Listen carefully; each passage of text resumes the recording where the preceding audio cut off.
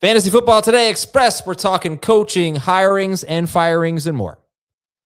Welcome to FFT Express. We've got some head coaching vacancies filled. We have some offensive coordinator vacancies filled, but we do have a lot more left to be determined throughout this offseason. Aizer and Jamey Eisenberg here. And the big news, I guess, Harbaugh to the Giants. Let's just go one by one. Harbaugh to the Giants. Do we have a fantasy impact yet? I don't think so. I mean, obviously, if there was going to be a terrible head coach there, we would have been concerned about Jackson Dart and Cam Scatterbo and Malik Neighbors, et cetera. I think everybody was excited about drafting these guys. The way Dart performed in his rookie campaign, you know what Malik Neighbors is capable of. He's healthy, and Scatterbo, when he was the lead running back, those 6 games, over 19 PPR points per game. So, really it comes down to, is everything going to be still status quo, mostly from a health standpoint? So I think Dart's got a top 10, maybe borderline top 5 quarterback profile. Malik Neighbors, borderline first-round pick. Scatterbo could go as early as round 3. So I think those 3 guys are kind of locked in. So Harbaugh just, I think, enhances it. Todd Monken enhances those guys and what they're capable of doing. Todd Monken's not official yet, but it's expected, I guess, that he'll be the offensive coordinator. Kevin Stefanski to Atlanta. You like this? I do. I think you get an offensive-minded coach there. I know Zach Robinson, we had some hope because he was coming from the Rams system when they hired Raheem Morris. Really comes down to, can Michael Penix take a step forward? Drake London, I think, has been awesome with Penix. He was still really good, the year with Kirk Cousins, but obviously Drake London could be a top 5 fantasy wide receiver, certainly going to be drafted as a top 10 guy. If Kyle Pitts stays, I think really that's the biggest thing for what this offense could look like. And Bijan Robinson, I think, will do very well with Stefanski, because we know the run game under Stefanski, when Nick Chubb was healthy, what we saw in flashes from Quinshon Judkins in a terrible environment.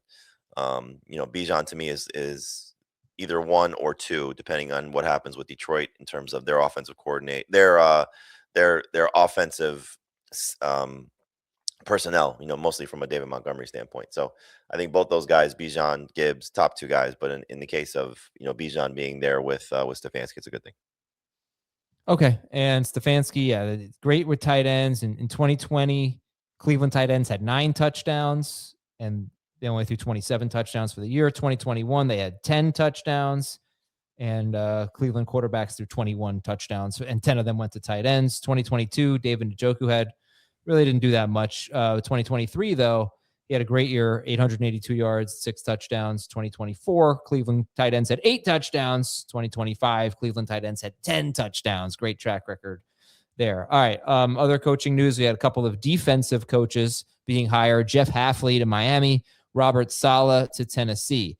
Offensive coordinators, Drew Petzing to Detroit. So it goes from Arizona to Detroit, and Mike McDaniel to the Chargers.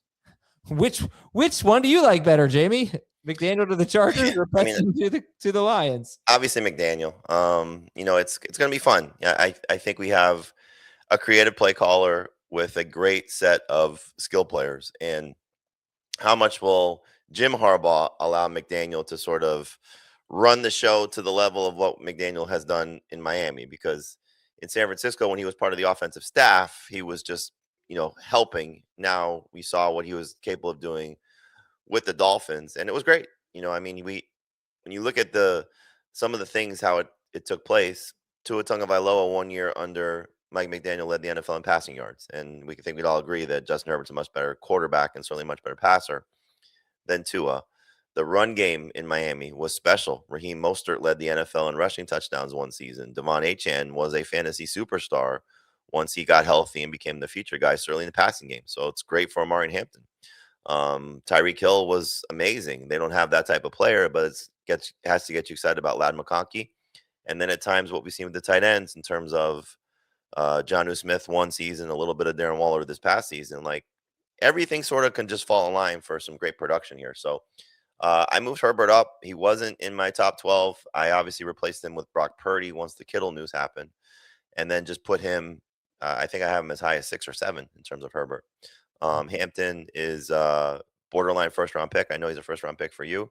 McConkey, not in the top 12, but certainly a top 15 wide receiver once again. And Gadsden's a top 12 tight end, as we just talked about. So a lot to love about the Chargers situation. For the Lions, I think a lot of people looked at the hire and said, oh, this is very uninspiring. And I get it. because he didn't do a lot of great things in Arizona. But when you take a step back and look at it, pocket passer and Jacoby Brissett, what did he do?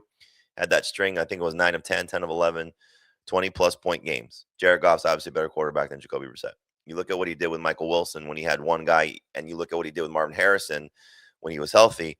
Those receivers played great at times. Wilson obviously a little bit better than Harrison.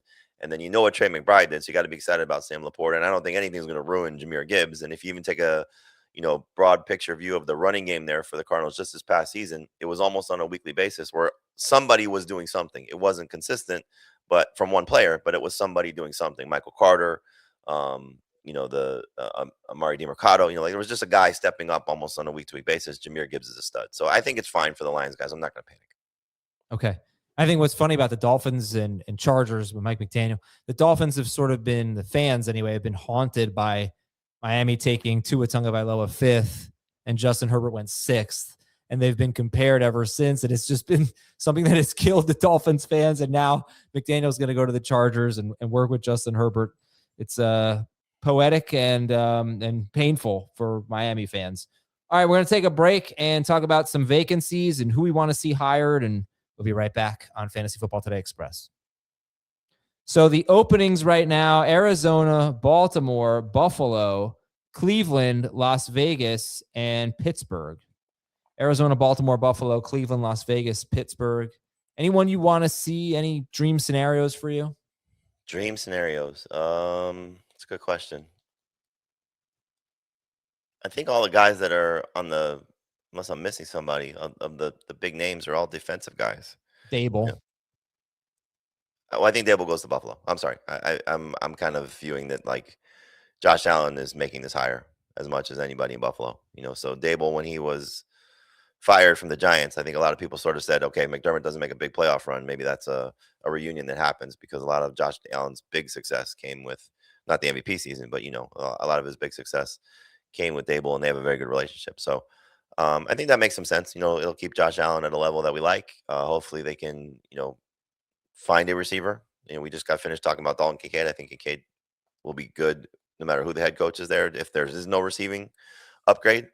But really, then it'll come down to is, you'd love to see Chris Shula get a job and bring somebody from the Rams offensive staff with him. Hopefully that would be a good marriage of whoever, hires him. I think if Flores goes to, he just interviewed in Pittsburgh, if he brings somebody, maybe Kevin O'Connell's staff offensively, that would be fun also. So some of these teams that we're talking about, Heath just mentioned on the full length episode we did on Wednesday about the quarterback openings and how many there are. Some of the teams we're talking about here don't have quarterbacks. So we don't know if Brissett will be the quarterback in Arizona. We don't know who the quarterback will be in Pittsburgh. So there's still a lot of things that have to be determined in terms of like what the right marriage will be. Absolutely. Okay, well, that's it for Fantasy Football Today Express. We'll have more coaching news throughout the offseason, and we'll react to it. Thanks so much for watching and listening. We'll talk to you later, everybody.